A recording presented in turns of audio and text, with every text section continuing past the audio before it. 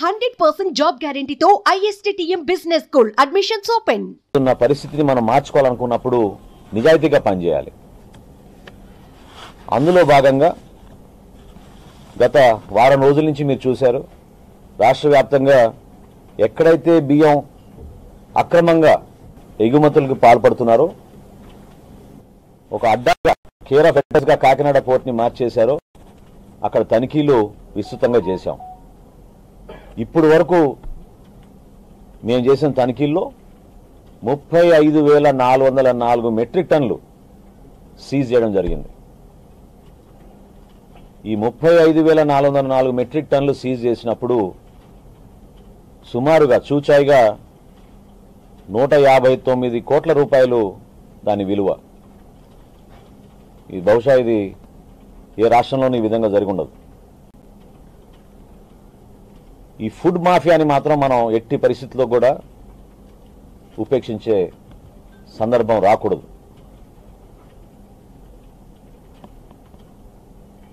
ఈ మాఫియా ఏ విధంగా వ్యవస్థీకరించిందో మన కాకినాడ పర్యటనలో మీరందరూ చూశారు. చాలామంది మీడియా మిత్రులు, అధికారులు కూడా మేము మొట్టమొదటిసారి మమ్మల్ని కాకినాడ పోర్ట్లో గేటు దాటి మమ్మల్ని రానిచ్చారనే విషయం చెప్పినప్పుడు నేనే ఆశ్చర్యపోయాను.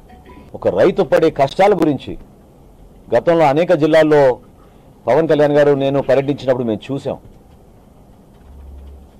పంట పండించిన తర్వాత 3-4 రోజులు లారీ కింద పండుకొని మిల్లర్ల దగ్గర పోయి బతిమలాడుకోవాల్సిన పరిస్థితి తీసుకొచ్చారు గత ప్రభుత్వం. ఆ పరిస్థితి మారుతుంది.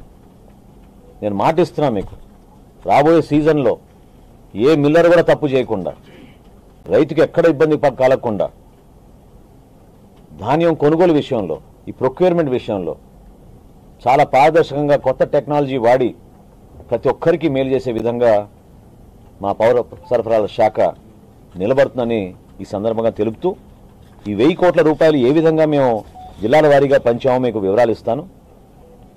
పశ్చిమ గోదావరి జిల్లాకి 565 కోట్ల 95 లక్షలు, తూర్పుగోదావరి జిల్లాకి 121 కోట్ల 96 లక్షలు, కోనసీమ జిల్లాకి 163 లక్షల 59 లక్షలు,